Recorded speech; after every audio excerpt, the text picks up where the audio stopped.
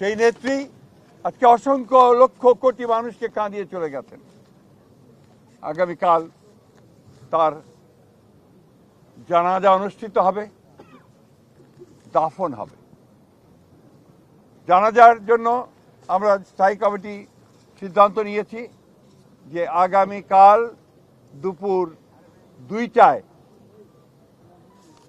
Parliament ভবনের দক্ষিণ প্লাজায় যে মাঠ এবং বাণিজ্য অ্যাভিনিউ এই পুরো অংশ জুড়ে আমাদের নেত্রীর জানাজা অনুষ্ঠিত হবে।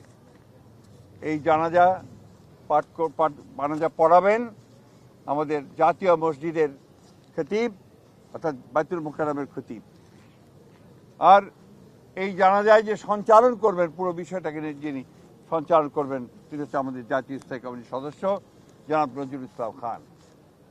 এরপরে আমাদের স্বাধীনতার ঘোষক, বহুদলীয় গণতন্ত্রের প্রবর্তক, বাংলাদেশের আরেক কিংবদন্তির নেতা যাকে রাখাল রাজা বলে এই দেশের মানুষ, তার মাজারে তারই পাশে আমাদের এই মহান নেত্রীকে সমাধিস্থ করা হবে, দাফন করা হবে।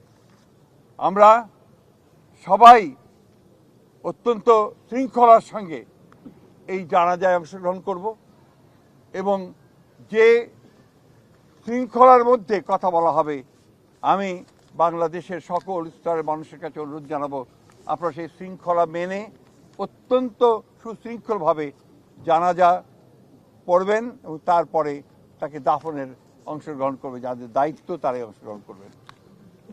অনুরোধ থাকবে আপনাদের কাছে যে আপনারা কেউ এই নিয়ম ভঙ্গ করে শুধুমাত্র ছবি তোলার জন্য সামনের দিকে এগিয়ে যাবেন না এবং ব্যাহত করবেন না এই পুরো কর্মসূচিকে।